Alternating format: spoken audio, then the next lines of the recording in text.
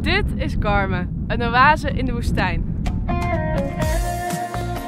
Garme, een verzameling palmbomen, oude huisjes van modder en een moskee. Een groene verademing van schaduw en verkoeling midden in de woestijn. Dat is Garme. Niet meer en niet minder. En daarmee is Garme vooral een oase van rust. Garme heeft eigenlijk weinig te bieden. Zo kan je een rondje lopen in de oase, je kan de berg op en het meertje bezoeken, wat niet echt veel meer is dan een grote vijver in iemands achtertuin. Wel heeft het één guesthouse en dat guesthouse is Atashuni. Atashuni is een klein paleisje binnen Garme. Het is niet voor niets een goedlopend guesthouse. Met een buitengewoon goede recensie in de Lonely Planet zit het veelal goed vol met westerse toeristen. En is ver vooruit reserveren sterk aanbevolen. Atashuni heeft meerdere gebouwen verspreid over het dorpje. Het hoofdgebouw is waar je eet en makkelijk te herkennen aan de kleine dierentuin voor het gebouw.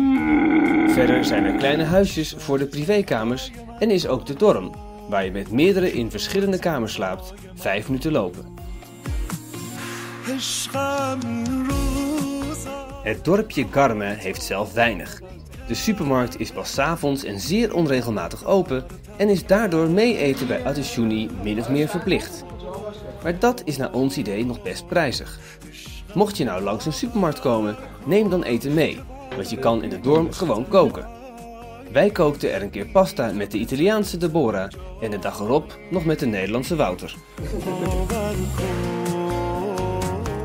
Is Garme je nog niet afgelegen genoeg, dan kan je bij Atashuni ook een tent en kampeerspullen huren.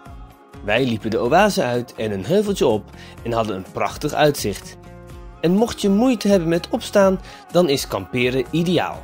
De hitte van de zon helpt je in de woestijn namelijk probleemloos vroeg opstaan.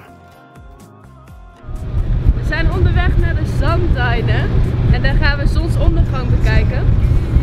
Er is daar verder helemaal niets, dus we gaan lekker 4 uur niks doen. Via Atashuni regel je een excursie naar de nabijgelegen zoutmeren of een zonsondergang tussen de zandduinen. Samen met Deborah kozen we voor de laatste. Onze chauffeur Hamid zette ons af bij de weg, waarna we zelf de woestijn in konden lopen. Ja, ik had schoenen besteld. Ja, 2 schoenen. En nooit meer slippers aan in de woestijn.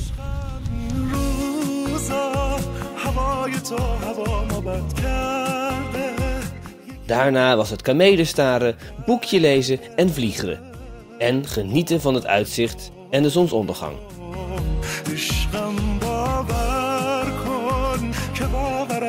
Oké, hartstikke leuk. Die zonsondergang, maar neem hier, allemaal neem date mee, want hier, ik zie allemaal muggen om jou heen. Ik ben al 50 keer gestoken. En sommigen kunnen daar heel erg En Deborah hysterisch vindt I'm over doen. exaggerating. Overigens kwamen we aan gedurende een enorme onweersbui. Iets waar ze de laatste jaren onverwacht meer last van hebben.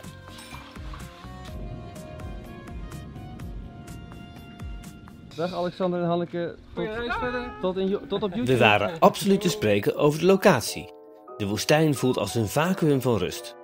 Over Atashuni zelf zijn we iets minder te spreken. De Iraanse gastvrijheid waar we aan gewend waren vind je hier niet.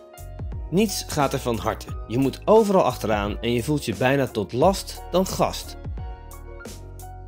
Nou, als je het enige guesthouse bent in een oase, dan kan je natuurlijk profiteren om de prijzen wat omhoog te gooien voor toeristen. En dat hebben ze hier dan wel weer gedaan. Als je namelijk een excursie boekt of je gaat hier eten, dan kost het aardig wat geld. Iets te veel vinden wij. En mocht je de was hier willen doen, kost het $1 per kledingstuk. Maar ze matchen je wel met ondergoed en sokken, want als je die samen in de was gooit, kost het je maar $1.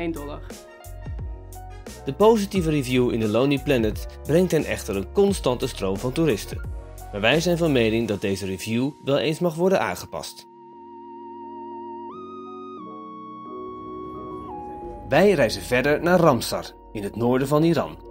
Een flinke reis van taxis, bussen en nachttrein. Benieuwd naar dit uiterst groene deel van Iran? Reis dan met ons mee in het volgende filmpje.